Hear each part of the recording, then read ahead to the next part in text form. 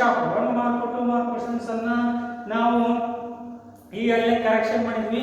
1 mark questions first chapter ಅಲ್ಲಿ ಯಾವ್ದು ಕೇಳಬಹುದು, 2 ಮಾರ್ಕ್ ಕ್ವೆಶ್ಚನ್ಸ್ ನೋಡಿದ್ವಿ. ನೆಕ್ಸ್ಟ್ ಸೆಕೆಂಡ್ ಚಾಪ್ಟರ್ ಅಲ್ಲಿ ನಾವು 1 ಮಾರ್ಕ್ ಕ್ವೆಶ್ಚನ್ಸ್ ಅನ್ನು ನೋಡಿದ್ವಿ. ಇನ್ನು ಸೆಕೆಂಡ್ ಚಾಪ್ಟರ್ ಅಲ್ಲಿ 2 ಮಾರ್ಕ್ ಕ್ವೆಶ್ಚನ್ಸ್ ನೋಡ್ತಾ ಇದ್ವಿ. ಸೆಕೆಂಡ್ ಚಾಪ್ಟರ್ ಅಲ್ಲಿ ಏನಿದ್ವಿ, 2 ಮಾರ್ಕ್ ಕ್ವೆಶ್ಚನ್ಸ್ ನೋಡ್ತಾ ಇದ್ವಿ ಸೆಕೆಂಡ್ ಚಾಪ್ಟರ್ ಅಲ್ಲಿ. ಹಾಗಾದ್ರೆ ಇಲ್ಲಿ 2 ಮಾರ್ಕ್ ಕ್ವೆಶ್ಚನ್ಸ್ ಅಂದ್ರೆ ಸೆಕೆಂಡ್ ಚಾಪ್ಟರ್ ಅಲ್ಲಿ ಒಂದು ಕಾರಣಾಂಶಗಳನ್ನ ಅಥವಾ ಉಪಾಧಿಗಳನ್ನ ಹೆಸರಿಸಿ. ಇಲ್ಲಿ ಒಂದರಲ್ಲಿ ಕಾರಣಾಂಶ. ಕಾರಣಾಂಶ ಅಂದ್ರೆ ಪದಶಃ ಅರ್ಥ ಕಾರಣ ಪ್ಲಸ್ ಅಂಶ, ಕಾರಣಾಂಶ. ಹಾಗಾದ್ರೆ ಇಲ್ಲಿ ಒಂದು ಕಾರಣ ಮತ್ತೊಂದು ಕಾರಣಾಂಶ ಇದೆ ಅಂತ ಭಾವಿಸ್ಕೊಳ್ರಿ. ಹಾಗಾದ್ರೆ ಯಾವುದು ಈ ಕಾರಣ ಮತ್ತು ಕಾರಣಾಂಶದಲ್ಲಿ ಯಾವುದು ವಿಸ್ತಾರವಾದದ್ದು, ಯಾವುದು ಗಾಢವಾದದ್ದು? ಹಾಗಾದ್ರೆ ಕಾರಣ ಅಂತಕ್ಕಂಥದ್ದು ವಿಸ್ತಾರವಾದದ್ದು ಅಂದ್ರೆ ಗಾಢವಾದದ್ದು. ಇನ್ನು ಕಾರಣಾಂಶ ಅಂತಕ್ಕಂಥದ್ದು, ಕಾರಣಾಂಶಕ್ಕೆ ಮತ್ತೊಂದು ಹೆಸರು ಉಪಾಧಿ ಅಂತ ಕರಿತೀವಿ. ಈ ಕಾರಣಾಂಶ ಎನ್ನುವಂಥದ್ದು ಇದರ ವಿಸ್ತಾರ ಕಾರಣಕ್ಕಿಂತ ಕಡಿಮೆ. ಅಂದ್ರೆ ಅರ್ಥ ಕಾರಣದ ಒಂದು ಅಂಶ, ಅದನ್ನೇ ಕಾರಣಾಂಶ. ಅದಕ್ಕೆ ಮತ್ತೊಂದು ಹೆಸರು ಉಪಾಧಿ. ಕಾರಣದ ಯಾವುದೋ ಒಂದು ಭಾಗ. ಉದಾಹರಣೆಯಾಗಿ ಒಬ್ಬ ವ್ಯಕ್ತಿ ಮಹಡಿಯನ್ನು ಹತ್ತುತ್ತಾ ಇರ್ತಾನೆ. ಹತ್ತುವಾಗ ಅವನು ಕಾಲು ಜಾರಿ ಬೀಳ್ತಾನೆ, ಬಿದ್ದು ಸತ್ತೋಗ್ತಾನೆ. ನಾವು ಅದಕ್ಕೆ ಹೇಳ್ತೀವಿ ಏನು, ಅವನು ಯಾಕೆ ಸತ್ತ ಅಂತಂದ್ರೆ ಕಾಲು ಜಾರಿ ಬಿದ್ದ ಸತ್ತ ಅಂತೀವಿ. ಇದು ಕಾರಣದ ಒಂದು ಅಂಶ. ಕಾಲು ಜಾರಿ ಬಿದ್ದವರೆಲ್ಲ ಸಾಯಲ್ಲ, ಹೆಚ್ಚಿಗೆ ಅಂತರದಿಂದ ಬಿದ್ದರೂ ಸಾಯಲ್ಲ. ಯಾಕೆಂದ್ರೆ ಇಲ್ಲಿ ಅವರ ದುರ್ಬಲ ಮನಸ್ಸು, ಅವ್ರ ದಪ್ಪ ಫ್ಯಾಟ್ ಆಗಿದ್ರೆ, ಬಿದ್ದಂತ ಜಾಗ ಅದು ಗಟ್ಟಿಯಾಗಿದ್ರೆ, ಈ ಎಲ್ಲಾ ಕಾರಣಗಳ ಒಂದು ಪ್ರಭಾವದಿಂದ ಆ ವ್ಯಕ್ತಿ ಸಾವನ್ನಪ್ಪುವಂಥದ್ದು. ಬಟ್ ಇಲ್ಲಿ ಕಾರಣ ಅಂತಕ್ಕಂಥದ್ದು ಕಾರಣಾಂಶಗಳ ಒಟ್ಟು ಅಂಶಗಳ, ಕಾರಣಾಂಶಗಳ ಹಲವಾರು ಕಾರಣಾಂಶಗಳ ಒಂದು ಮೊತ್ತ ಅಂದ್ರೆ ಒಂದು ಸಮುಚ್ಚಯ, ಕಾಂಪ್ಲೆಕ್ಸ್. ಅದನ್ನೇ ನಾವು ಏನಂತ ಕರಿತೀವಿ, ಕಾರಣ ಅಂತ ಕರಿತೀವಿ. ಆ ಹಿನ್ನೆಲೆಯಲ್ಲಿ ಕಾರಣ ಎನ್ನುವಂಥದ್ದು ವಿಸ್ತಾರವಾದದ್ದು, ಕಾರಣಾಂಶ ಎನ್ನುವಂಥದ್ದು ಕಾರಣದ ಒಂದು ಅಂಶ ಅಂದ್ರೆ ಕಾರಣದ ಒಂದು ಭಾಗ ಅಂತ ಕೇಳ್ತೀವಿ. ಅರ್ಥನೇ ಆ ಕಾರಣಾಂಶಕ್ಕೆ ಮತ್ತೊಂದು ಹೆಸರು ಉಪಾಧಿ ಅಂತ ಕರಿತೀವಿ. 1 ಮಾರ್ಕ್ ಕ್ವೆಶ್ಚನ್ಸ್ ಕೇಳ್ತೇನೆ, ಉಪಾಧಿ ಎಂದರೇನು, ಬಾರ್ ಕಾರಣಾಂಶ ಎಂದರೇನು? ಅದಕ್ಕೆ ಆನ್ಸರು ಇಲ್ಲಿ ಉಪಾಧಿ ಅಥವಾ ಅಂದ್ರೆ ಉಪಾಧಿ ಬಾರ್ ಕಾರಣಾಂಶವು ಕಾರಣದ ಒಂದು ಭಾಗ ಅಥವಾ ಒಂದು ಅಂಶ ಮಾತ್ರವಾಗಿರುತ್ತದೆ. ಅದು ಆನ್ಸರ್. ಇನ್ನು ನಿಮಗೆ 2 ಮಾರ್ಕ್ ಕ್ವೆಶ್ಚನ್ಸ್ ಅಲ್ಲಿ ಕಾರಣಾಂಶಗಳ ಅಥವಾ ಉಪಾಧಿಯ ಭಾಗಗಳು ಯಾವುವು, 2 ವಿಧಗಳು ಯಾವುವು ನೋಡಿ. ಈ ಕ್ವೆಶ್ಚನ್ ಕಾರಣಾಂಶದ ಬಾರ್ ಉಪಾಧಿಯ 2 ವಿಧಗಳು, ಉಪಾಧಿಯ 2 ವಿಧಗಳು ಹೆಸರಿಸಿ, 2 ವಿಧಗಳು ಹೆಸರಿಸಿ. ಅದಕ್ಕೆ ಆನ್ಸರು ಒಂದು ಭಾವಾತ್ಮಕ ಉಪಾಧಿ ಅಂದ್ರೆ ಭಾವಾತ್ಮಕ ಕಾರಣಾಂಶ, ಎರಡನೇದು ನಿಷೇಧಾತ್ಮಕ ಉಪಾಧಿ ಅಂದ್ರೆ ನಿಷೇಧಾತ್ಮಕ ಕಾರಣಾಂಶ. ಉಪಾಧಿಯ 2 ವಿಧಗಳು ಹೆಸರಿಸಿ, ಉಪಾಧಿಯ 2 ವಿಧಗಳು ಹೆಸರಿಸಿ. Question 2 mark questions. ಹಾಗಾದ್ರೆ ಆನ್ಸರ್ ಏನಿದೆ, ಒಂದು ಭಾವಾತ್ಮಕ ಉಪಾಧಿ ಅಥವಾ ಭಾವಾತ್ಮಕ ಕಾರಣಾಂಶ, ಎರಡನೇದು ನಿಷೇಧಾತ್ಮಕ ಕಾರಣಾಂಶ ಅಥವಾ ನಿಷೇಧಾತ್ಮಕ ಉಪಾಧಿ. ಅಂತಾನೆ ಇದು question answer. Next question number 2. ಅವಲೋಕನದ ಯಾವುದಾದರೂ ಅಥವಾ ಅವಲೋಕನದ 2 ಪ್ರಯೋಜನಗಳು ಹೆಸರಿಸಿ. ಅವಲೋಕನದ ಅವಲೋಕನದ 2 ಪ್ರಯೋಜನಗಳು ವಿವರಿಸಿ. ಅವಲೋಕನದ 2 ಪ್ರಯೋಜನಗಳು, ಅವಲೋಕನದ 2 ಪ್ರಯೋಜನಗಳು. ಅವಲೋಕನದ ಎರಡು ಪ್ರಯೋಜನಗಳು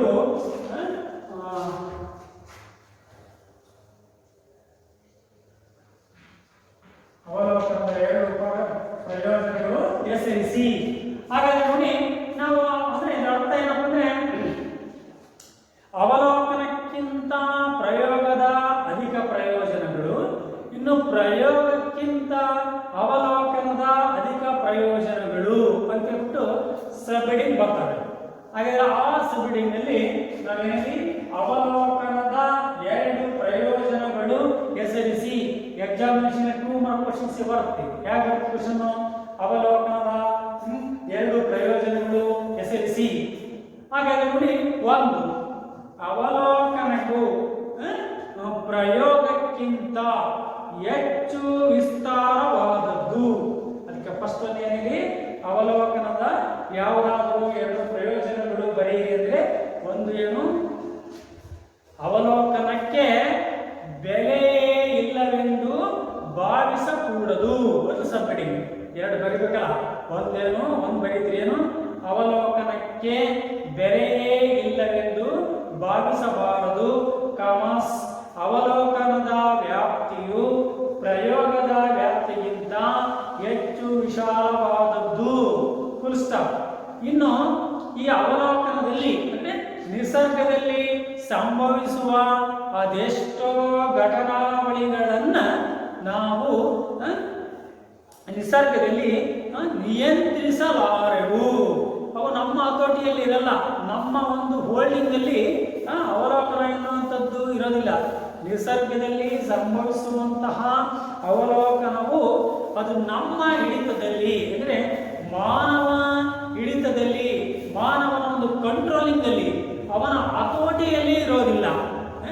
ಅದು ಯಾಕೆಂದ್ರೆ ನಿಸರ್ಗದಲ್ಲಿ ಸಂಭವಿಸುವಂತಹ ಘಟನಾವಳಿಗಳು, ಉದಾಹರಣೆಯಾಗಿ ಭೂಕಂಪ, ಚಂಡಮಾರುತ, ಜ್ವಾಲಾಮುಖಿ, ಅತಿವೃಷ್ಟಿ, ಅನಾವೃಷ್ಟಿ, ಇವೆಲ್ಲವುಗಳು ಕೂಡ ನಿಸರ್ಗದಲ್ಲಿ ಸಂಭವಿಸುವಂತಹ ಅಂದ್ರೆ ಇವಿಲ್ಸ್ ಅಂದ್ರೆ ಕೆಡುಕುಗಳು. EVILS ಇವಿಲ್ಸ್ ಅಂದ್ರೆ ನಿಸರ್ಗದ ಕೆಡುಕುಗಳು ಅಂತ ಹೇಳಿ ಕರಿತೀವಿ. ಇವು ಇಂಥ ಘಟನಾವಳಿಗಳು, ಇವುಗಳು ಯಾವುದೇ ಪ್ರಯೋಗದಲ್ಲಿ, ಪ್ರಯೋಗಶಾಲೆಯಲ್ಲಿ ನಾವು ಸೃಷ್ಟಿಸ್ಲಿಕ್ಕೆ ಆಗಲ್ಲ.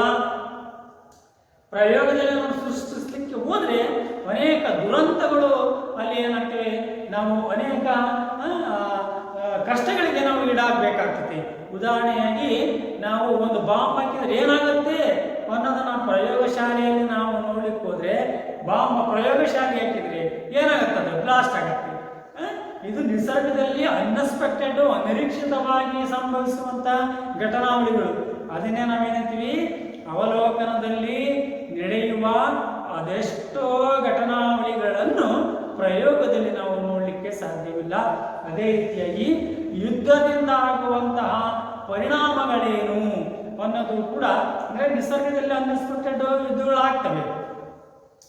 ಆ ಯುದ್ಧಗಳು ಹೇಗೆ ಆಗ್ತವೆ, ಅದರಿಂದ ಆಗ್ತಕ್ಕಂಥ ಲಾಭ ನಷ್ಟಗಳೇನು, ಅನಾನುಕೂಲ ಏನು, ಅನುಕೂಲ ಏನು ಅನ್ನೋದನ್ನ ನಾವು ಪ್ರಯೋಗಶಾಲೆಯಲ್ಲಿ ನೋಡ್ಲಿಕ್ಕೆ ಆಗೋದಿಲ್ಲ. ಯಾಕೆಂದ್ರೆ ಇಲ್ಲಿ ಅನೇಕ ಸಾವು ನೋವುಗಳು ಇದ್ದದ್ರಿಂದ ಉಂಟಾಗುವಂಥದ್ದು. ಅರ್ಥ ತಾನೆ? ಅಂದ್ರೆ ಆ ಹಿನ್ನೆಲೆಯಲ್ಲಿ ಏನಾಗುತ್ತೆ, ಅವಲೋಕನದ ವ್ಯಾಪ್ತಿಯು ಪ್ರಯೋಗದ ವ್ಯಾಪ್ತಿಗಿಂತ ಹೆಚ್ಚು ವಿಶಾಲವಾದದ್ದು. ಅರ್ಥ ತಾನೆ? ಅದು ಇಲ್ಲಿ ಅವಲೋಕನದ ಪ್ರಯೋಜನ ಫಸ್ಟ್ ಒಂದು. ಇದನ್ನ ನಾವಿಲ್ಲಿ ಅಂದ್ರೆ ಏನಿಲ್ಲಿ ಅಂದ್ರೆ ಇಲ್ಲಿ ಹೆಚ್ಚು ಪ್ರಯೋಗಕ್ಕಿಂತ ಅವಲೋಕನದ ವ್ಯಾಪ್ತಿ ಹೆಚ್ಚು ವಿಶಾಲವಾದದ್ದು. ಪ್ರಯೋಗಕ್ಕಿಂತ ಮೊದಲು ಸಂಭವಿಸುವಂತಹ ಕ್ರಿಯೆಯಾಗಿರುತ್ತೆ. ಇನ್ನು ನಾವು ಅವಲೋಕನದಲ್ಲಿ ಸಂಭವಿಸುವಂತಹ ಘಟನಾವಳಿಗಳನ್ನ ನಾವು ಪ್ರಯೋಗದಲ್ಲಿ ನಾವು ಸೃಷ್ಟಿಸಲು ಸಾಧ್ಯವಿಲ್ಲ. ಅರ್ಥಾನೆ? ಇದು ಏನು ಒಂದು ಪ್ರಯೋಜನ ಅವಲೋಕನದಲ್ಲಿ. ಇನ್ನು ಅವಲೋಕನದಿಂದ ಆಗ್ತಕ್ಕಂಥ ಎರಡನೇ ಪ್ರಯೋಜನ ಏನು? ಎರಡನೇ ಪ್ರಯೋಜನ ಅವಲೋಕನದಲ್ಲಿ ಅಂದ್ರೆ ಈ ಎರಡನೇ ಅವಲೋಕನದ ಎರಡನೇ ಪ್ರಯೋಜನ ಅಂತಂದ್ರೆ ಇಲ್ಲಿ ಅವಲೋಕನವು ಅಂದ್ರೆ ಈ ಅವಲೋಕನದಲ್ಲಿ ಅಂದ್ರೆ ನಾವು ನಮಗೆ ಅಂದ್ರೆ ಇಲ್ಲಿ ನಮಗೆ ಬೇಕಾದಷ್ಟು ಸಲ ಪ್ರಯೋಗದಲ್ಲಿ ಏನಾಗುತ್ತೆ, ನಾವು ಬೇಕೆಂದಾಗ ನಾವು ಸೃಷ್ಟಿಸಲಿಕ್ಕೆ ಅವಲೋಕಿಸಲಿಕ್ಕೆ ಪ್ರಯೋಗದಲ್ಲಿ ಸಾಧ್ಯವಾಗುತ್ತೆ. ಬಟ್ ಅವಲೋಕನ ಇದೆಯಲ್ಲ, ಅವಲೋಕನ ಎನ್ನುವಂಥದ್ದು ಇದು ಸಹಜವಾದದ್ದು, ನಿಸರ್ಗದತ್ತವಾದದ್ದು, ದೈವೀದತ್ತವಾದದ್ದು. ಅಂದ್ರೆ ಈ ಅವಲೋಕನ ಇದು ಅಂದ್ರೆ ಇಲ್ಲಿ ಈ ಅವಲೋಕನವು ಪ್ರಯೋಗಕ್ಕೆ ಒಂದು ಆಧಾರವನ್ನ, ಒಂದು ಸಾಕ್ಷ್ಯವನ್ನ ಇದು ಕೊಡುವಂಥದ್ದು. ಆ ಹಿನ್ನೆಲೆಯಲ್ಲಿ ಅವಲೋಕನದ ಎರಡನೇ ಪ್ರಯೋಜನ ಅಂದರೆ ಅವಲೋಕನವು ಪ್ರಯೋಗಕ್ಕೆ ಒಂದು ಆಧಾರವನ್ನ, ಒಂದು ಪಾರದರ್ಶಿಕೆಯನ್ನ, ಒಂದು ನಿರ್ದಿಷ್ಟವಾದಂಥ ಅಥವಾ ಒಂದು ಅಪ್ರಾಕ್ಸಿಮೇಟ್, ಒಂದು ಅಂದಾಜಾದಂಥ ಒಂದು ಜ್ಞಾನವನ್ನ ಇಲ್ಲಿ ಅವಲೋಕನವು ಪ್ರಯೋಗಕ್ಕೆ ನೀಡುತ್ತದೆ. ಅರ್ಥ ತಾನೆ? ಈಗ ಪ್ರಯೋಗಶಾಲೆಯಲ್ಲಿ ನಾವು ಒಂದು ಘಟನೆಯನ್ನು ಕ್ರಿಯೇಟ್ ಮಾಡಬೇಕು ಅಂದರೆ ಅಲ್ಲಿ ಬರ್ತಕ್ಕಂಥ ಸಲಕರಣೆಗಳು, ಇನ್ಸ್ಟ್ರೂಮೆಂಟ್ಸ್, ಅಲ್ಲಿ ಬೇಕಾದಂಥ ಒಂದು ಆಧಾರ, ಜ್ಞಾನ, ಇವೆಲ್ಲವೂ ಕೂಡ ಅವಲೋಕನದಿಂದ ಇವು ದೊರೆಯುವಂಥದ್ದು. ಆ ಹಿನ್ನೆಲೆಯಲ್ಲಿ ಏನಾಗುತ್ತೆ, ಇಲ್ಲಿ ಅವಲೋಕನದ ಎರಡನೇ ಪ್ರಯೋಜನ ಅಂದ್ರೆ ಏನು? ಅವಲೋಕನವು ಎರಡನೇದು ಪ್ರಯೋಗಕ್ಕೆ ಬೇಕಾದಂಥ ಜ್ಞಾನವನ್ನ, ಇನ್ಸ್ಟ್ರೂಮೆಂಟ್ಸ್, ಸಲಕರಣೆಗಳನ್ನ ಇದು ಕೊಡುತ್ತದೆ ಅಥವಾ ನೀಡುತ್ತದೆ. ಇದು ಏನು ಅವಲೋಕನದ ಎರಡು ಪ್ರಯೋಜನಗಳು. ಇನ್ನು ನೆಕ್ಸ್ಟ್ ಕ್ವಶನ್, ಪ್ರಯೋಗದ ಎರಡು ಪ್ರಯೋಜನಗಳು ಬರೆಯಿರಿ. ಇನ್ನು ಪ್ರಯೋಗದಿಂದ ಆಗ್ತಕ್ಕಂಥ ಎರಡು ಪ್ರಯೋಜನಗಳು, ಇಲ್ಲಿ ಪ್ರಯೋಗದ ಎರಡು ಪ್ರಯೋಜನಗಳು, ಪ್ರಯೋಗದ ಎರಡು ಪ್ರಯೋಜನಗಳು ಬರೆಯಿರಿ. ಪ್ರಯೋಗದ ಎರಡು ಪ್ರಯೋಜನಗಳು.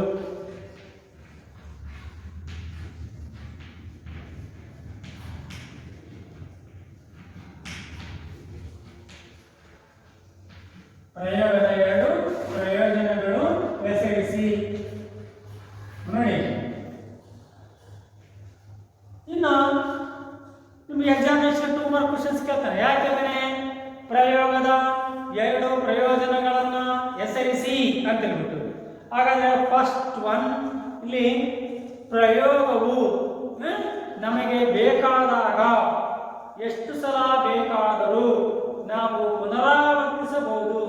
ಅಂದ್ರೆ ರಿಪಿಟೇಷನ್, ನಮಗೆ ಎಷ್ಟು ಸಲ ಬೇಕಾದರೂ ಕೂಡ ಪ್ರಯೋಗಶಾಲೆಯಲ್ಲಿ ಪ್ರಯೋಗವನ್ನ ನಾವು ಏನು ಮಾಡಬಹುದು, ಪುನರಾವರ್ತಿತಗೊಳಿಸಬಹುದು, ರಿಪಿಟೇಷನ್.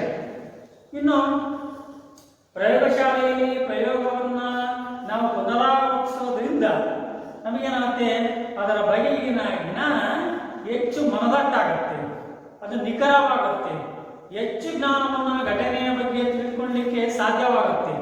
ಯಾಕೆಂದ್ರೆ ನಿಸರ್ಗದಲ್ಲಿ ಸಂಭವಿಸುವಂತಹ ಸೂರ್ಯಗ್ರಹಣದ ಘಟನೆಯ ಬಗೆಗಿನ ಜ್ಞಾನವನ್ನ ನಾವು ಅವಲೋಕನದಲ್ಲಿ ಹೆಚ್ಚು ತಿಳ್ಕೊಳ್ಳಿಕ್ಕೆ ಸಾಧ್ಯ ಆಗಲ್ಲ.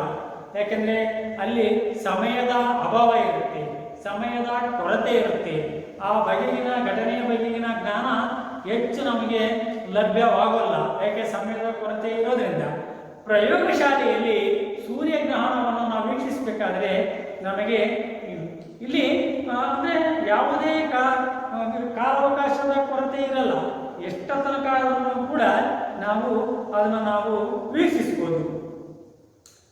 ನಾವು ಹೆಚ್ಚು ಸಮಯ ತೆಗೆದುಕೊಂಡು ವೀಕ್ಷಿಸೋದ್ರಿಂದ ಆ ಘಟನೆಯ ಬಗೆಗಿನ ಜ್ಞಾನ ಹೆಚ್ಚು ಕರಾರುವಕ್ಕಾಗುತ್ತೆ, ನಿಖರವಾಗುತ್ತೆ.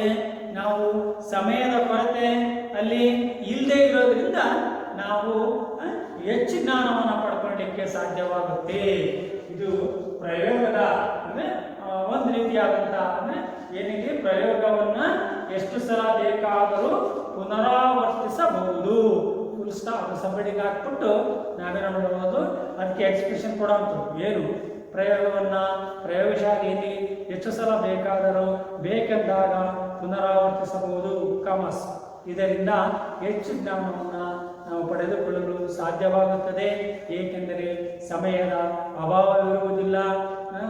ಅಂದರೆ ನಮಗೆ ಎಷ್ಟು ಸಲ ಬೇಕಾದರೂ ಕೂಡ ಪುನರಾವರ್ತಿಸಬಹುದು. ಪುನರಾವರ್ತಿಸುವುದರಿಂದ ಹೆಚ್ಚು ನಿಖರವಾದಂತಹ ಜ್ಞಾನವನ್ನು ತಿಳಿದುಕೊಳ್ಳಲು ಸಾಧ್ಯವಾಗುತ್ತದೆ. ಇದು ಒಂದನೇ ಪ್ರಯೋಜನ. ಇನ್ನು ಪ್ರಯೋಗದ ಎರಡನೇ ಪ್ರಯೋಜನ ಏನು ನೋಡಿ.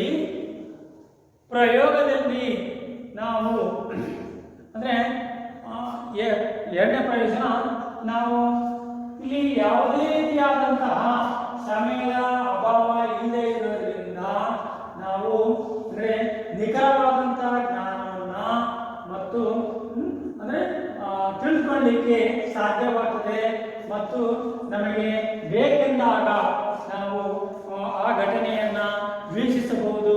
ಆದರೆ ಅವಲೋಕನದಲ್ಲಿ ನಾವು ಬೇಕೆಂದಾಗ ವೀಕ್ಷಿಸಲಿಕ್ಕೆ ಸಾಧ್ಯವಿಲ್ಲ. ಸೂರ್ಯಗ್ರಹಣವನ್ನು ವೀಕ್ಷಿಸಬೇಕು ಅನ್ನೋದಾದ್ರೆ ಅವಲೋಕನದಲ್ಲಿ ಮತ್ತೆ ಪುನಃ ಅದು ಸಂಭವಿಸುವವರೆಗೂ ಕೂಡ ಕಾಯಬೇಕಾಗುತ್ತೆ. ಆದರೆ ಪ್ರಯೋಗದಲ್ಲಿ ಬೇಕೆಂದಾಗ ಎಷ್ಟು ಸಲ ಬೇಕಾದರೂ ಕೂಡ ನಾವು ಪ್ರಯೋಗಶಾಲೆಯಲ್ಲಿ ವೀಕ್ಷಿಸಬಹುದು ಮತ್ತು ನಾವು ನಮ್ಮ ಹಿಡಿತಕ್ಕೆ ಪ್ರಯೋಗವು ಒಳಪಟ್ಟಿರುತ್ತದೆ. ಇಲ್ಲಿ ಅವಲೋಕನಕಾರ ಅಂದರೆ ಅಬ್ಸರ್ವರ್ ಎಲ್ಲಿಯ ತನಕನಾದರೂ ಕೂಡ ಇಲ್ಲಿ ಆ ಘಟನೆಯನ್ನ ವೀಕ್ಷಿಸಬಹುದು ಅಂತಂದ್ರೆ ಇವು ಪ್ರಯೋಗದ ಎರಡು ಪ್ರಯೋಜನವಾಗ್ತವೆ. ನೆಕ್ಸ್ಟ್ ನಾವಿಲ್ಲಿ ಇದು 2 ಮಾರ್ಕ್ ಕ್ವೆಶ್ಚನ್ಸ್. ನೆಕ್ಸ್ಟ್ ಏನಾಗುತ್ತೆ ಇಲ್ಲಿ ನೆಕ್ಸ್ಟ್ ನಾವು ಥರ್ಡ್ ಚಾಪ್ಟರ್ ಹೋಗೋದಾದ್ರೆ ಥರ್ಡ್ ಚಾಪ್ಟರ್ ಕೂಡ 1 ಮಾರ್ಕ್ ಕ್ವೆಶ್ಚನ್ಸ್. ಇನ್ನು ನಾವು 2 ಮಾರ್ಕ್ ಕ್ವೆಶ್ಚನ್ಸ್ ನೋಡೋದಾದ್ರೆ ಈ ಥರ್ಡ್ ಚಾಪ್ಟರ್ ಅಲ್ಲಿ 1 ಮಾರ್ಕ್ 2 ಮಾರ್ಕ್ ಕ್ವೆಶ್ಚನ್ಸ್ ನೋಡೋದಾದ್ರೆ ಇಲ್ಲಿ ಯಾವುದು 1 ಮಾರ್ಕ್ ಕ್ವೆಶ್ಚನ್ಸ್ ಥರ್ಡ್ ಚಾಪ್ಟರ್ ಇಲ್ಲಿ ಈಗಾಗಲೇ 1 mark 2 mark questions first chapter ಅಲ್ಲಿ ಕೆಲವನ್ನ ನೋಡಿದೀವಿ. 1 ಮಾರ್ಕ್ 2 ಮಾರ್ಕ್ ಕ್ವೆಶ್ಚನ್ಸ್. ಇಲ್ಲಿ ಸೆಕೆಂಡ್ ಚಾಪ್ಟರ್ ಅಲ್ಲಿ 1 ಮಾರ್ಕ್ 2 ಮಾರ್ಕ್ ಕ್ವೆಶ್ಚನ್ಸ್ ಕೆಲವನ್ನ ನೋಡಿದ್ವಿ. ಈಗ ಥರ್ಡ್ ಚಾಪ್ಟರ್ ಅಧ್ಯಾಯದ ಹೆಸರು ಬರೆಯೋದು ಬೇಡ, 5 ಚಾಪ್ಟರ್ ಆಗಿದೆ. ಈಗ ಇನ್ನು ಥರ್ಡ್ ಚಾಪ್ಟರ್ ಅಲ್ಲಿ 1 mark questions 1 mark questions third chapter. Question number 1 ಯಾವುದು? ಬಹುಕಾರಣ ತತ್ವ ಎಂದರೇನು? ಬಹುಕಾರಣ ಪ್ಲೂರಾಲಿಟಿ ಬಹುಕಾರಣ ತತ್ವ ಎಂದರೇನು? 1 ಮಾರ್ಕ್ ಕ್ವೆಶ್ಚನ್ಸ್. ಅದಕ್ಕೆ ಅನೇಕತ್ವವಾದ ಎಂದರೇನು ಅಂತ ಕೂಡ ಕೇಳಬಹುದು. ಆನ್ ಎಕ್ಸಾಮಿನೇಷನ್ ನಲ್ಲಿ ಈ ಟಾಪಿಕ್ ಇರುತ್ತೆ. 1 ಮಾರ್ಕ್ ಕ್ವೆಶ್ಚನ್ಸ್ ಅಥವಾ 5 ಮಾರ್ಕ್ಸ್ ಕ್ವೆಶ್ಚನ್ಸ್ ಕೂಡ ಇದನ್ನ ಕೇಳ್ತಾನೆ. ಹಾಗೆ ಬಹುಕಾರಣ ತತ್ವವಾದ ನಿರೂಪಿಸಿರಿ ಅಂತ 5 ಮಾರ್ಕ್ಸ್ ಕೇಳ್ತಾರೆ. 1 ಮಾರ್ಕ್ ಕ್ವೆಶ್ಚನ್ಸ್ ಕೇಳೋದಾದ್ರೆ ಬಹುಕಾರಣ ತತ್ವವಾದ ಎಂದರೇನು? ಅದಕ್ಕೆ ಮತ್ತೊಂದು ಹೆಸರು ಅನೇಕತ್ವ ಕಾರಣವಾದ ಎಂದರೇನು ಅಂತೆಲ್ಲಾದ್ರೂ ಕೂಡ 1 ಮಾರ್ಕ್ ಕ್ವೆಶ್ಚನ್ಸ್ ಅನ್ನ ಕೇಳಬಹುದು. 2 ಪದಗಳಲ್ಲಿ ಪರೀಕ್ಷೆಯಲ್ಲಿ ಯಾವ ಪದವನ್ನಾದರೂ ಕೂಡ ಬಳಸಬಹುದು. ಅವೆರಡು ಪದಗಳನ್ನು ಬರೆದಿರ್ತೀವಿ. ಬಹು ಕಾರಣ ತತ್ವವಾದ, ಬಹುಕಾರಣ ತತ್ವವಾದ, ಅನೇಕತ್ವ ಕಾರಣವಾದ ಎಂದರೇನು? ಅನೇಕತ್ವ ಕಾರಣವಾದ, ಅನೇಕತ್ವ ಕಾರಣವಾದ ಎಂದರೇನು? ಅನೇಕತ್ವ ಕಾರಣವಾದ ಎಂದರೇನು ನೋಡಿ. ಅದಕ್ಕೆ ಡೆಫಿನೇಷನ್ ಒಂದರ ಪರಿಮಾಣವು ಅಂದ್ರೆ ಇಲ್ಲಿ ಒಂದು ಘಟನೆಯ ಅಥವಾ ಒಂದರ ಪರಿಣಾಮವು ಹಲವಾರು ಕಾರಣಗಳಿಂದ ಉಂಟಾಗುವಂತಿದ್ದರೆ ಅಥವಾ ಉಂಟಾಗುವುದಕ್ಕೆ ಕಮಸ್ ಬಹುಕಾರಣ ತತ್ವವಾದ ಅಥವಾ ಅನೇಕತ್ವ ಕಾರಣವಾದ ಎಂದು ಹೆಸರು. 1 ಮಾರ್ಕ್ ಕ್ವೆಶ್ಚನ್ಸ್ ಅಂಡರ್ಸ್ಟುಡ್ ಎಕ್ಸಾಮಿನೇಷನ್ ಇರುತ್ತೆ. ಕ್ವಶನ್ ಯಾಕೆ ಬಹುಕಾರಣ ತತ್ವವಾದ ಎಂದರೇನು? ಆ ಪದನಾದರೂ ಬಳಸಬಹುದು. ಅದಕ್ಕೆ ಬಾಟ್ಟು ಮತ್ತೊಂದು ಪದ ಬರ್ತದೆ. ಏನು? ಅನೇಕತ್ವ ಕಾರಣವಾದ ಎಂದರೇನು ಅಂತ ನಾವು ಕ್ವಶನ್ ಕೇಳಬಹುದು. ಅದಕ್ಕೆ ಡೆಫಿನಿಷನ್ ಅಂದ್ರೆ ಆನ್ಸರ್ ಏನು? ಒಂದರ ಪರಿಣಾಮವು ಹಲವಾರು ಕಾರಣಗಳಿಂದ ಉಂಟಾಗುವಂತಿದ್ದರೆ ಕಮಸ್ ಅದನ್ನು ಬಹುಕಾರಣ ತತ್ವವಾದ ಅಥವಾ ಅನೇಕತ್ವ ಕಾರಣವಾದ ಎಂದು ಹೆಸರು. 1 ಮಾರ್ಕ್ ಕ್ವೆಶ್ಚನ್ಸ್ ಆಯ್ತು. ಕ್ವಶನ್ ನೆಕ್ಸ್ಟ್ ಕ್ವಶನ್ ನಂಬರ್ 2 ಎರಡು ನೋಡಿ ಕ್ವಶನ್ ನಂಬರ್ 2 ಎರಡನೇದು ಕಾರಣಗಳ ಸಂಯೋಗ ಎಂದರೇನು ಅಥವಾ ಸಮುಚ್ಚಯ ಕಾಂಪ್ಲೆಕ್ಸ್ ಕಾರಣಗಳ ಸಂಯೋಗ ಎಂದರೇನು 1 ಮಾರ್ಕ್ ಕ್ವಶನ್ಸ್ ಆನ್ಲೈನ್ ಎಕ್ಸಾಮಿನೇಷನ್ ಇರುತ್ತದೆ 1 ಮಾರ್ಕ್ ಕ್ವಶನ್ಸ್ ಕಾರಣಗಳ ಸಂಯೋಗ ಬಾರ್ ಸಮುಚ್ಚಯ ಎಂದರೇನು ಕಾರಣಗಳ ಸಂಯೋಗ ಬಾರ್ ಸಮುಚ್ಚಯ ಎಂದರೇನು 1 ಮಾರ್ಕ್ ಕ್ವಶನ್ಸ್ ಕೇಳ್ತಾರೆ ಸಮುಚ್ಚಯ ಎಂದರೇನು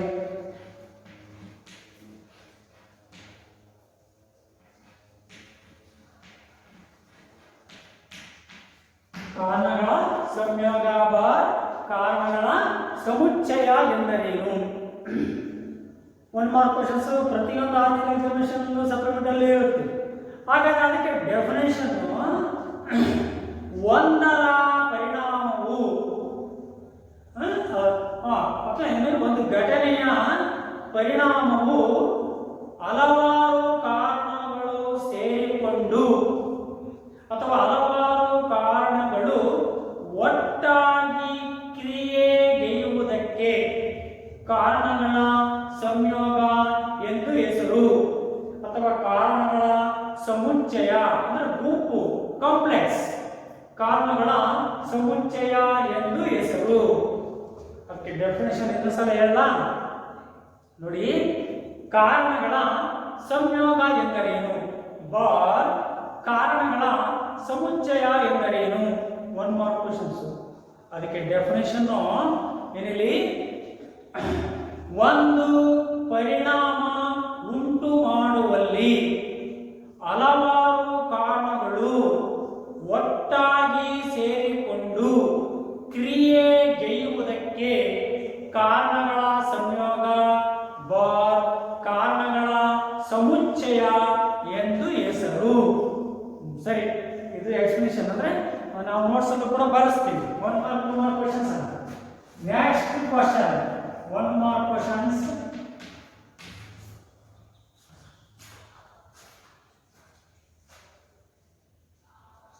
ನೋಡಿ ನೆಕ್ಸ್ಟ್ ಕ್ವಶನ್ ಕಾರಣಾಂಶ ಬಾರ್ ಉಪಾಧಿ ಎಂದರೇನು ಕಾರಣಾಂಶ ಬಾರ್ ಉಪಾಧಿ ಎಂದರೇನು ಕಾರಣಾಂಶ ಬಾರ್ ಉಪಾಧಿ ಎಂದರೇನು ಉಪಾಧಿ ಎಂದರೇನು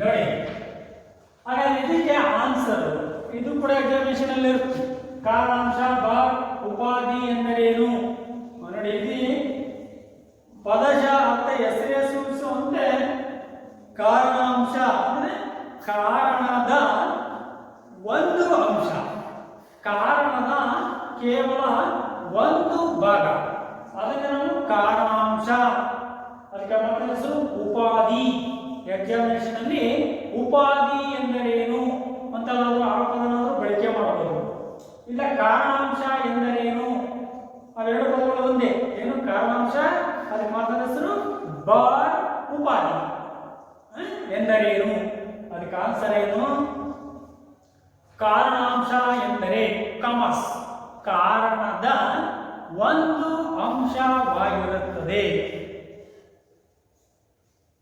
ಅಥವಾ ಕಾರಣಾಂಶಕ್ಕೆ ಮತ್ತೊಂದು ಹೆಸರು ಉಪಾಧಿ ಅರ್ಥ ತಾನೆ ಅಂದ್ರೆ ಇಲ್ಲಿ ಕಾರಣ ಮತ್ತು ಕಾರಣಾಂಶ ಇವುಗಳಲ್ಲಿ ಕಾರಣಾಂಶ ಎನ್ನುವುದು ಕಾರಣದ ಒಂದು ಅಂಶ ಮಾತ್ರವಾಗಿರುತ್ತದೆ ಆ ಹಿನ್ನೆಲೆಯಲ್ಲಿ ಕಾರಣಾಂಶದ ವ್ಯಾಪ್ತಿ ಕಾರಣದ ವ್ಯಾಪ್ತಿಗಿಂತ ಕಡಿಮೆ ಇರುತ್ತದೆ ಇದು ಆನ್ಸರ್ ಈ ಕಾರಣವನ್ನು ಬರೀಬಹುದು ಏನು ಕಾರಣಾಂಶದಲ್ಲಿ ಎರಡು ವಿಧ ಅಥವಾ ಉಪಾಧಿಯಲ್ಲಿ ಎರಡು ವಿಧ ಒಂದು ಭಾವಾತ್ಮಕ ಉಪಾಧಿ ಇನ್ನೊಂದು ನಿಷೇಧಾತ್ಮಕ ಉಪಾಧಿ 2 ಮಾರ್ಕ್ ಕ್ವಶನ್ಸ್ ಅಂತ ಬರೀಬೇಕಾಗ್ತದೆ. ಅದು 2 ಮಾರ್ಕಿಗೆ ಕೇಳ್ತಾರೆ. ಇಲ್ಲಿ ಕೇಳಿದ್ರೆ ಕಾರಣಾಂಶ ಬಾರ್ ಉಪಾಧಿ ಎಂದರೇನು, ಅದಕ್ಕೆ ಡೆಫಿನಿಷನ್ ಏನು? ಕಾರಣಾಂಶ ಬಾರ್ ಉಪಾಧಿ ಎಂದರೆ ಕಾರಣದ ಒಂದು ಅಂಶ ಮಾತ್ರ ಅಥವಾ ಕಾರಣದ ಒಂದು ಭಾಗ ಮಾತ್ರವಾಗಿರುತ್ತದೆ. ಅದರಲ್ಲಿ ಕಂಟಿನ್ಯೂಷನ್. ಕಾರಣಾಂಶವು ಕಾರಣಕ್ಕಿಂತ ಕಡಿಮೆ ವಿಸ್ತಾರ ಹೊಂದಿರುತ್ತದೆ. ಅದು answer. Next question number 4. Question number 4.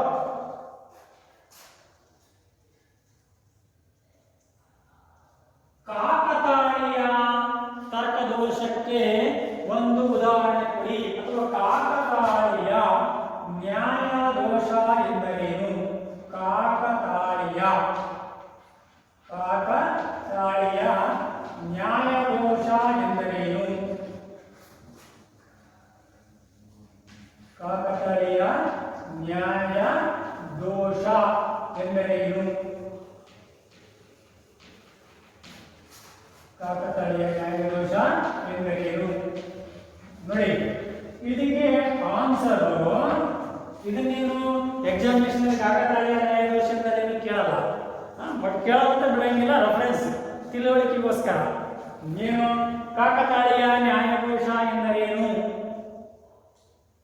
ಇದಕ್ಕೆ ಡೆಫಿನೇಷನ್, ಕಾರಣವಲ್ಲದನ್ನು ನಾವು ಕಾರಣವೆಂದು ತಪ್ಪಾಗಿ ಭಾವಿಸಿದಾಗ ಉಂಟಾಗುವ ದೋಷಕ್ಕೆ ಕಾಕತಾಳೀಯ ನ್ಯಾಯದೋಷ ಎಂದು ಹೆಸರು.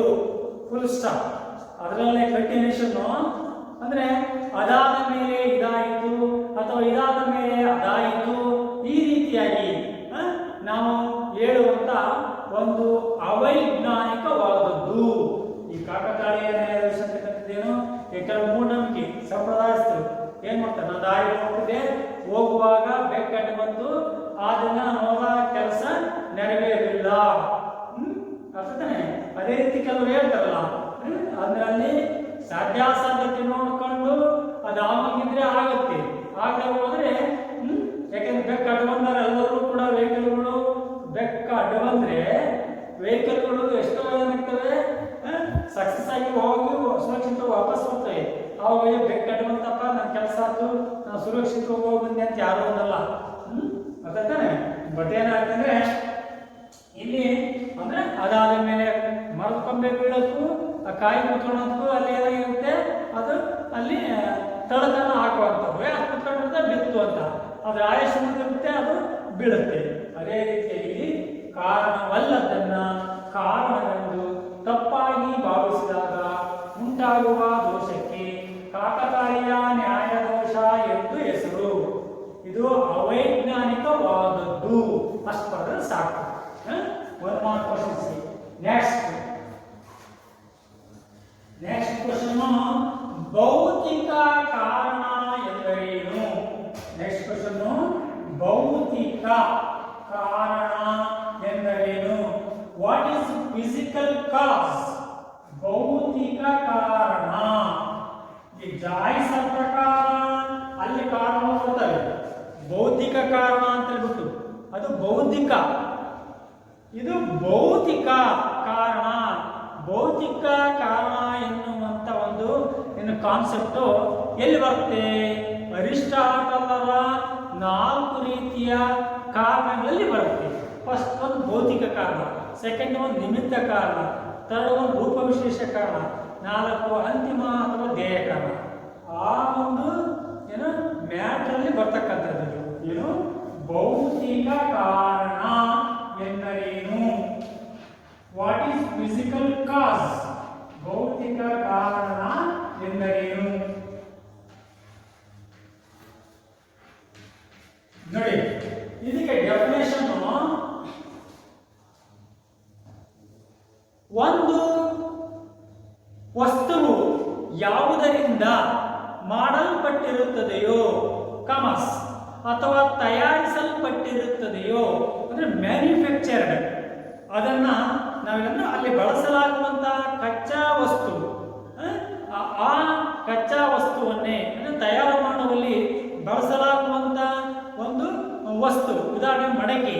ಮಡಕೆಯನ್ನು ಸೃಷ್ಟಿ ಮಾಡಬೇಕಾದ್ರೆ ಬಳಸುವಂಥ ಕಚ್ಚಾ ವಸ್ತು ಯಾವುದು? ಮಣ್ಣು. ಅದೇ ರೀತಿಯಾಗಿ ಮರದ ಕುರ್ಚಿ, ಮರ, ಅರ್ಥತಾನೆ ಅದು ಕಂಚಿನ ಪ್ರತಿಮೆ, ಕಂಚು, ಇವೆಲ್ಲವುಗಳು ಕೂಡ ಫಿಸಿಕಲ್ ಕಾಸ್, ಭೌತಿಕ ಕಾರಣ. ಇದಕ್ಕೆ ಡೆಫಿನೇಷನ್ ಏನು? ಭೌತಿಕ ಕಾರಣ ಎಂದರೇನು? ಅದಕ್ಕೆ ಆನ್ಸರು ಅಂದ್ರೆ ಒಂದು ವಸ್ತುವು ಯಾವುದರಿಂದ ಮಾಡಲ್ಪಟ್ಟಿರುತ್ತದೆಯೋ, ಕಾಮಸ್ ತಯಾರಿಸಲ್ಪಟ್ಟಿರುತ್ತದೆಯೋ ಅದನ್ನು ನಾವು ಭೌತಿಕ ಕಾರಣ ಎಂದು ಹೆಸರು. Full stop. ಬೇಕಾದ ಕೆಳಗಡೆ ಮಡಕೆಯಲ್ಲಿ ಮಣ್ಣು, ಕಂಚಿನ ಪ್ರತಿಮೆ ಕಂಚು, ಮರದ ಕುರ್ಚಿ ಮರ, ಇವೆಲ್ಲವುಗಳು ಕೂಡ ಭೌತಿಕ ಕಾರಣ. ನೆಕ್ಸ್ಟ್ ಕ್ವಶನ್ ನಂಬರ್ 6 ಆರನೇದು.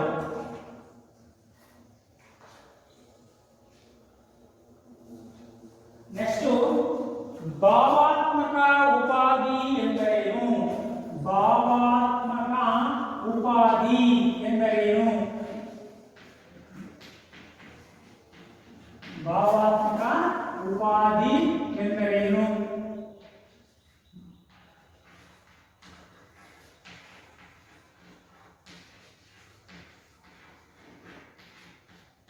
ಭಾವಾತ್ಮಕ ಉಪಾಧಿ ಎಂದರೇನು? ನೋಡಿ, ಇಲ್ಲಿ ಇದನ್ನೇನು ಎಕ್ಸಾಮಿನೇಷನ್ ಕೇಳಲ್ಲ. ಭಾವಾತ್ಮಕ ಉಪಾಧಿ ಎಂದರೇನು ಕೇಳಲ್ಲ.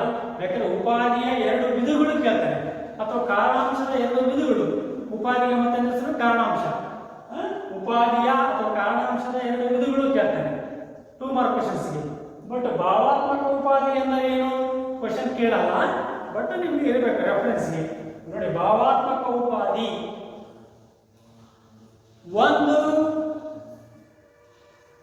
ಅಂಶವು ಇದ್ದು, ಅಂದ್ರೆ ಒಂದು ಘಟನೆಗೆ ಏನಾಗುತ್ತೆ, ಒಂದು ಅಸ್ತಿತ್ವದಲ್ಲಿದ್ದು ಆ ಘಟನೆ ಘಟಿಸೋದಕ್ಕೆ ಕಾರಣವಾಗುವುದಕ್ಕೆ, ಒಂದರ ಅಸ್ತಿತ್ವ ಇದ್ದಾಗ ಆ ಘಟನೆ ಉಂಟಾಗುವುದಕ್ಕೆ ಭಾವಾತ್ಮಕ ಉಪಾಧಿ ಎಂದು ಹೆಸರು. ಭಾವಾತ್ಮಕ ಉಪಾಧಿ ಅಂದ್ರೇನು? ಒಂದು ಘಟನೆ ಸಂಭವಿಸಬೇಕಾದ್ರೆ ಅದು ಅಸ್ತಿತ್ವದಲ್ಲಿ ಇದ್ದಾಗ ಮಾತ್ರ ಆ ಘಟನೆ ಉಂಟಾಗುವುದಕ್ಕೆ ಭಾವಾತ್ಮಕ ಉಪಾಧಿ ಎಂದು ಹೆಸರು. ಅದಕ್ಕೆ ಫಾರ್ ಎಕ್ಸಾಂಪಲ್, ಈಗ ಒಂದು ಗುಡಿಸಲು ಹತ್ಕೊಂಡು ಉರಿಬೇಕು. ಗುಡಿಸಲು ಹತ್ಕೊಂಡು ಉರಿಬೇಕು ಅಂದ್ರೆ ಮ್ಯಾಚ್ ಬಾಕ್ಸ್ ಅಂತಲ್ಲ, ಬೆಂಕಿ ಪಟ್ಟ, ಅದಿದ್ರೇ ಆ ಘಟನೆ ಸಂಭವಿಸುವಂಥದ್ದು. ಅದಿಲ್ಲದೆ ಹೋದ್ರೆ ಏನಾಗುತ್ತೆ, ಅದು ಸಂಭವಿಸಲಿಕ್ಕೆ ಸಾಧ್ಯ ಆಗೋದಿಲ್ಲ. ಅಂದ್ರೆ ಅದು ಇರೋದ್ರಿಂದ, ಅದು ಇದ್ದದ್ರಿಂದ ಆ ಘಟನೆ ಸಂಭವಿಸಲಿಕ್ಕೆ ಸಾಧ್ಯವಾಗುತ್ತೆ. ಅದನ್ನು ನಾವು ಭಾವಾತ್ಮಕ ಉಪಾಧಿ ಅಂತ ಹೇಳ್ಬಿಟ್ಟು ನಾವು ಕರಿತೀವಿ. ಅರ್ಥ ತಾನೆ? ಇದರ ಡೆಫಿನೇಷನ್ ಏನು? ಭಾವಾತ್ಮಕ ಉಪಾಧಿ ಎಂದರೇನು? ಅದಕ್ಕೆ ಡೆಫಿನೇಷನ್ ಆನ್ಸರು, ಒಂದು ಘಟನೆ ಉಂಟಾಗಬೇಕಾದರೆ ಇಲ್ಲಿ ಒಂದು ಅಂಶವು ಇಲ್ಲಿ ಏನು ಅಸ್ತಿತ್ವದಲ್ಲಿದ್ದು ಆ ಘಟನೆ ಉಂಟಾಗುವುದಕ್ಕೆ ಭಾವಾತ್ಮಕ ಉಪಾಧಿ ಎಂದು ಹೆಸರು. ಆಯ್ತಾ? ಸರಿ, ನೆಕ್ಸ್ಟ್ ಕ್ವಶನ್. ನಿಷೇಧಾತ್ಮಕ ಉಪಾಧಿ ಎಂದರೇನು? ನಿಷೇಧಾತ್ಮಕ ಉಪಾಧಿ ಎಂದರೇನು?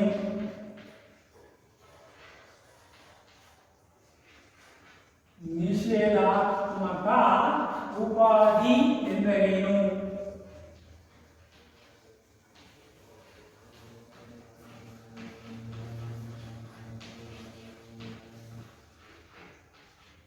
ನಿಷೇಧಾತ್ಮಕ ಉಪಾಧಿ ಎಂದರೇನು? ನೋಡಿ,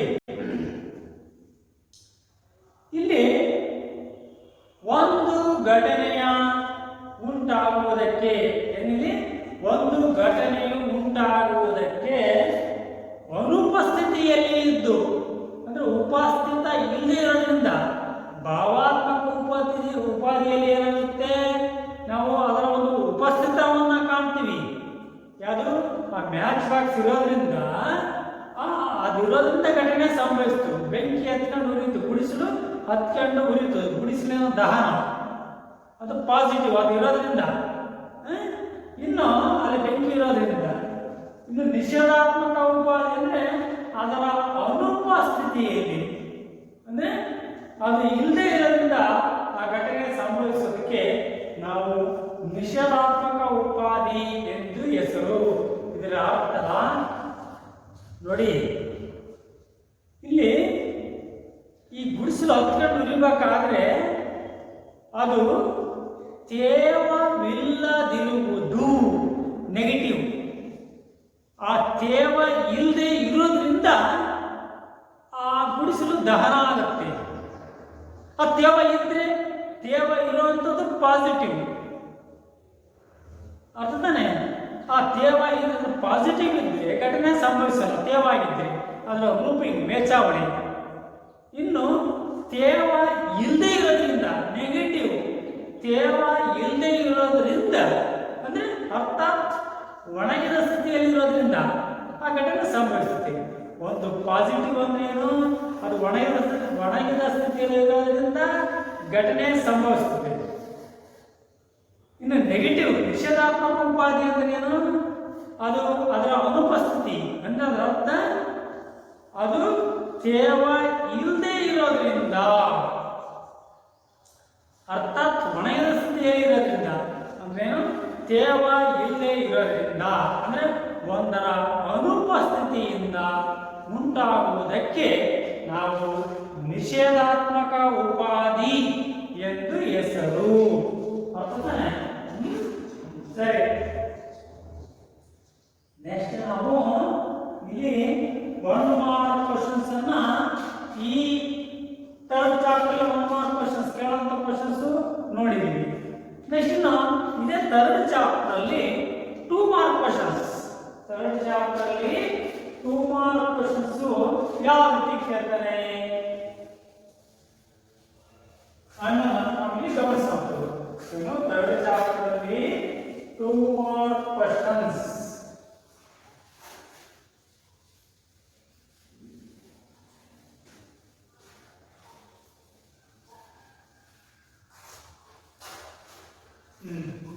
ಥರ್ಡ್ ಚಾಪ್ಟರ್ ಅಲ್ಲಿ ನಾವು 2 ಮಾರ್ಕ್ ಕ್ವಶನ್ಸ್ ನೋಡುವಂಥದ್ದು.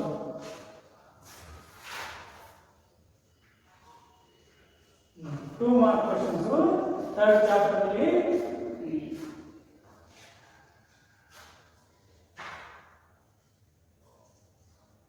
ನೋಡಿ, 2 ವಿಧದ ಕಾರಣಾಂಶ, ಕಾರಣಾಂಶಕ್ಕೆ ಮತ್ತೆ ಉಪಾಧಿ, ಕಾರಣಾಂಶಗಳನ್ನ ಹೆಸರಿಸಿ.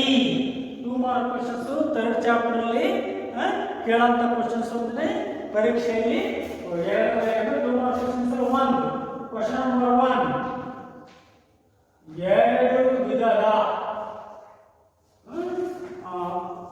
ಕಾರಣಾಂಶಗಳನ್ನ ಅಥವಾ ಉಪಾಧಿಗಳನ್ನ ಇಲ್ಲಿ ಹೆಸರಿಸಿ.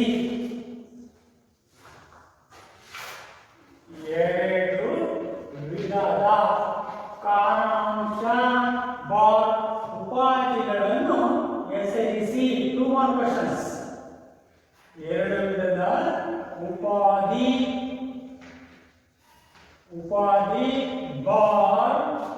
ಕಾರಣಾಂಶಗಳನ್ನು ಹೆಸರಿಸಿ.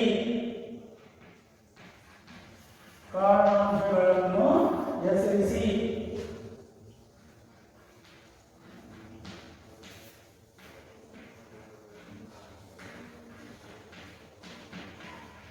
ಕಾರಣಾಂಶಗಳನ್ನು ಹೆಸರಿಸಿ.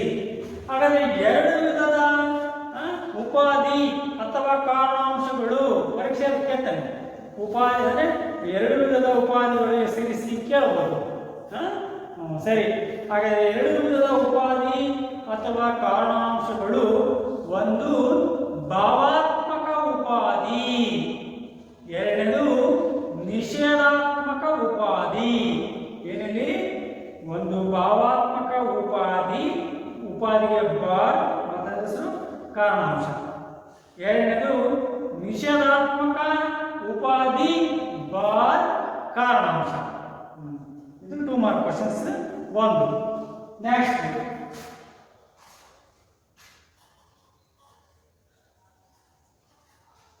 ಕ್ವಶನ್ ಇಲ್ಲಿ ಅರಿಸ್ಟಾಟಲರ 4 ಕಾರಣ ತತ್ವ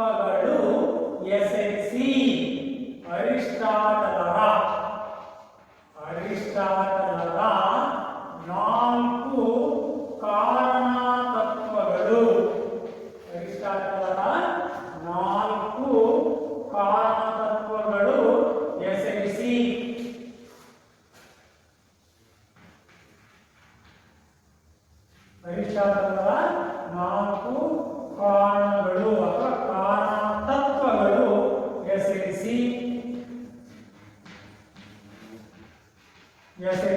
2 ಮಾರ್ಕ್ ಕ್ವೆಶ್ಚನ್ಸ್ ಅರ್ಥಾನೆ. ಹಾಗಾದ್ರೆ ಅರಿಸ್ಟಾಟಲರ ಕಾರಣ ತತ್ವಗಳು 4. ಒಂದು ಫಸ್ಟ್ ಒನ್ ಉಪಾದಾನ ಅಥವಾ ಭೌತಿಕ ಕಾರಣ, ಫಿಸಿಕಲ್ ಕಾಸ್. ಸೆಕೆಂಡ್ ಒನ್ ನಿಮಿತ್ತ ಕಾರಣ, ಎಫಿಸಿಯೆಂಟ್ ಕಾಸ್. ಇನ್ನು 3 ಥರ್ಡ್ ಒನ್ ರೂಪ ವಿಶೇಷ ಕಾರಣ, ಫಾರ್ಮಲ್ ಕಾಸ್. ಲಾಸ್ಟ್ ಒನ್ 4ನೇದು ಅಂತಿಮ ಅಥವಾ ಧ್ಯೇಯ ಕಾರಣ, ಫೈನಲ್ ಕಾಸ್. ಅರ್ಥ ತಾನೆ? ಪರೀಕ್ಷೆನೇನು ಅರಿಸ್ಟಾಟಲರ 4 ಕಾರಣ ತತ್ವಗಳು ಹೆಸರಿಸಿ. ಅದಕ್ಕೆ ಆನ್ಸರ್ ಫಸ್ಟ್ ಒನ್ ಉಪಾದಾನ ಅಥವಾ ಭೌತಿಕ ಕಾರಣ, 2ನೇದು ನಿಮಿತ್ತ ಕಾರಣ, 3 ರೂಪ ವಿಶೇಷ ಕಾರಣ, 4 ಅಂತಿಮ ಅಥವಾ ಧ್ಯೇಯ ಕಾರಣ. ಆಯ್ತಾ? ಸರಿ.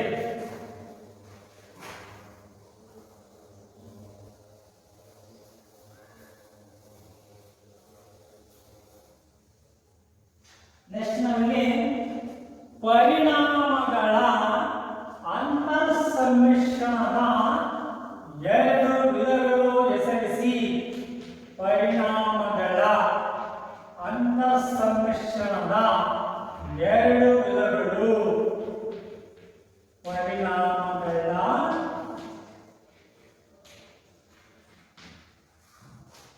ಪರಿಣಾಮಗಳ 2 ವಿಧದ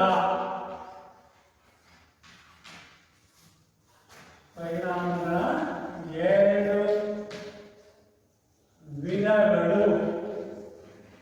ಪರಿಣಾಮಗಳ ಅಂತರ್ಸಮ್ಮಿಶ್ರಣದ 2 ವಿಧಗಳು. ಪರಿಣಾಮಗಳ ಅಂತರ ಸಮ್ಮಿಶ್ರಣದ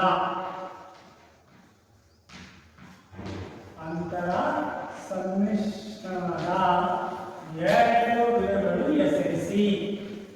2 ವಿಧಗಳು ಹೆಸರಿಸಿ. 2 ವಿಧಗಳು ಹೆಸರಿಸಿ. ನೋಡಿ, ಈ ಪರಿಣಾಮಗಳ ಅಂತರ್ಸಮ್ಮಿಶ್ರಣದಲ್ಲಿ 2 ವಿಧಗಳು ಅಂದ್ರೆ ಒಂದು ಪರಿಣಾಮ ಉಂಟು ಮಾಡುವಲ್ಲಿ ಅಥವಾ ಪರಿಣಾಮಗಳ ಅಂತರ್ಸಮ್ಮಿಶ್ರಣದಲ್ಲಿ ನಾವು 2 ವಿಧಗಳನ್ನು ಕಾಣ್ತೀವಿ. ಒಂದು ಪರಿಣಾಮ ಉಂಟಾಗಬೇಕಾದ್ರೆ ಒಂದು ಪರಿಣಾಮ ಸಮರೂಪದಲ್ಲಿದ್ದಾಗ, ಉದಾಹರಣೆ 100 ಕ್ಯಾಂಡಲ್ ಈ ಬಲ್ಬ್ ಇದೆ ತಿಳ್ಕೊಂಡ್ರಿ, ರೂಮಲ್ಲಿ 50 ಕ್ಯಾಂಡಲ್ 2 ಬಲ್ಬ್ ಸೇರಿ 100 ಕ್ಯಾಂಡಲ್ ಉಂಟು ಮಾಡುವಂಥದ್ದು. ಅಂದ್ರೆ ಅವೆರಡೂ ಕೂಡ ಸಮರೂಪದಲ್ಲಿದ್ದು ಪರಿಣಾಮವನ್ನು ಉಂಟು ಮಾಡೋದು ಸಮರೂಪದ ಪರಿಣಾಮಗಳ ಅಂತರ್ಸಮ್ಮಿಶ್ರಣ. ಇನ್ನು ವಿಭಿನ್ನ ರೂಪದ ಪರಿಣಾಮಗಳ ಅಂತರ್ಸಮ್ಮಿಶ್ರಣ ಅಂದ್ರೆ ಇಲ್ಲೂ ಕೂಡ 2 ಬಲ್ಬ್ ಇದೆ ಈ ಕೊಠಡಿಯಲ್ಲಿ. ಒಂದು 25 ಕ್ಯಾಂಡಲ್, ಇನ್ನೊಂದು 75 ಕ್ಯಾಂಡಲ್. ಪರಿಣಾಮ ಏನಾಗಿದೆ ಇಲ್ಲಿ? ಈ ಪರಿಮಾಣ ಅಂತಕ್ಕಂಥದ್ದು ಒಂದು 75 ಒಂದು 25. ಅಂದ್ರೆ ಇಲ್ಲಿ ವಿಭಿನ್ನ ರೂಪದಲ್ಲಿ ಪರಿಣಾಮವಿದ್ದು ಇಲ್ಲಿ ಪರಿಮಾಣವನ್ನ ಉಂಟು ಮಾಡೋದಕ್ಕೆ ನಾವು ಏನು ಕರಿತೀವಿ?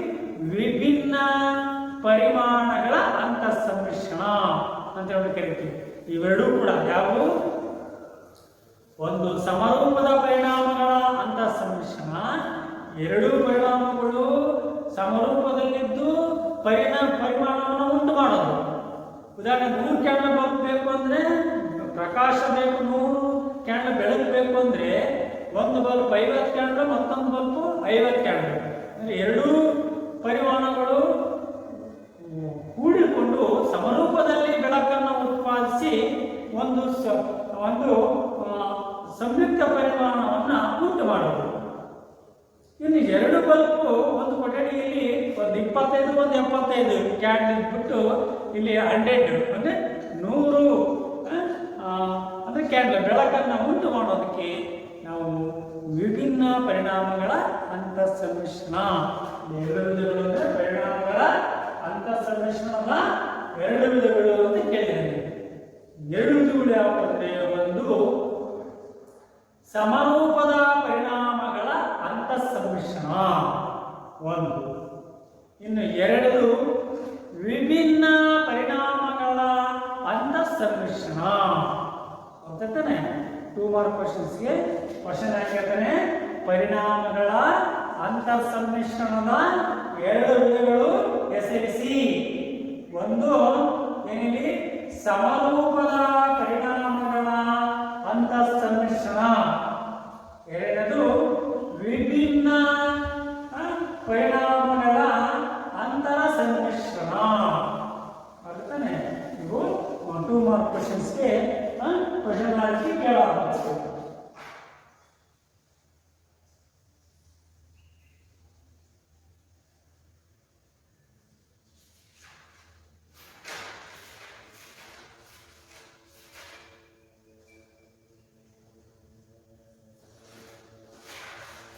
ನೆಕ್ಸ್ಟ್ ಇಲ್ಲಿಗೆ 1 ಮಾರ್ಕ್ 2 ಮಾರ್ಕ್ ಕ್ವಶನ್ಸ್ ಫಸ್ಟ್ನೇ ಚಾಪ್ಟರ್ ಯಾವ ರೀತಿ ಕೇಳ್ತಾನೆ ಅನ್ನೋದು ನೋಡಿದ್ವಿ, ಸೆಕೆಂಡ್ ಚಾಪ್ಟರ್ ಯಾವ ರೀತಿ ಕೇಳ್ತಾನೆ ಅನ್ನೋದು ನೋಡಿದ್ವಿ. ನೆಕ್ಸ್ಟ್ ಥರ್ಡ್ ಚಾಪ್ಟರ್ ಅಲ್ಲಿ 1 ಮಾರ್ಕ್ 2 ಮಾರ್ಕ್ ಕ್ವಶನ್ಸ್ ಯಾವ ರೀತಿ ಕೊಡ್ತೇನೆ ಅನ್ನೋದು ನೋಡಿದ್ವಿ. ನೆಕ್ಸ್ಟ್ ನಾವು fourth chapter questions 1 mark 2 mark questions ಯಾವ ರೀತಿ ಕೇಳ್ತೇನೆ ಅನ್ನೋದನ್ನ ನೆಕ್ಸ್ಟ್ ಚಾಪ್ಟರ್ ಅನ್ನು ನೆಕ್ಸ್ಟ್ ಪೀರಿಯಡ್ ಅಲ್ಲಿ ನೋಡುವಂಥದ್ದು. ನೋಡಿ ಇಲ್ಲಿಗೆ ಸ್ಟೂಡೆಂಟ್ಸ್ ಅಂದ್ರೆ ಈಗಾಗಲೇ ನಾವು 5 ಚಾಪ್ಟರ್ ಕ್ಲಾಸ್ ಆಗಿದೆ.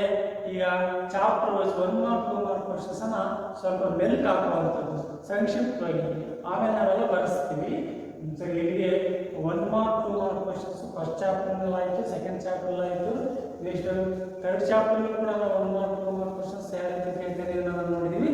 ನೆಕ್ಸ್ಟ್ ಫೋರ್ತ್ ಚಾಪ್ಟರ್ ಮತ್ತು ಫಿಫ್ತ್ ಚಾಪ್ಟರ್ ನಾವು ನೋಡ್ಬಿಟ್ಟು next 2 chapter objective type questions ಆದರೆ ಆಮೇಲೆ ನಾವೇನು ಮಾಡುವಂಥದ್ದು ನೆಕ್ಸ್ಟ್ ಚಾಪ್ಟರ್ಗೆ ನಾವು ಪಾದಾರ್ಪಣೆ ಮಾಡುವಂಥದ್ದು ಇನ್ನು ಕೆಲವು ಚಾಪ್ಟರ್ಸ್ಗಳಿವೆ. ಆಮೇಲೆ ನೆಕ್ಸ್ಟ್ ಇವೆಲ್ಲ ಆದಮೇಲೆ 1 ಮಾರ್ಕ್ 2 ಮಾರ್ಕ್ ಕ್ವಶನ್ಸ್ ಆದಮೇಲೆ 5 ಮಾರ್ಕ್ಸ್ ಕ್ವಶನ್ಸು ಸಬ್ಜೆಕ್ಟ್ ವೈಸ್ ನೋಡ್ಕೊಂಡು ಹೋಗುವಂಥದ್ದು, 10 ಮಾರ್ಕ್ ಕ್ವಶನ್ಸು ಆಮೇಲೆ ವಾದಗಳನ್ನು ಹೆಸರಿಸಿ ಪರಿಶೀಲಿಸಿ ಅವೆಲ್ಲವೂ ಕೂಡ ಬರುವಂಥದ್ದು. ನೆಕ್ಸ್ಟ್ ನಾವು ನೆಕ್ಸ್ಟ್ ಕ್ಲಾಸನ್ನು ಸರಿ.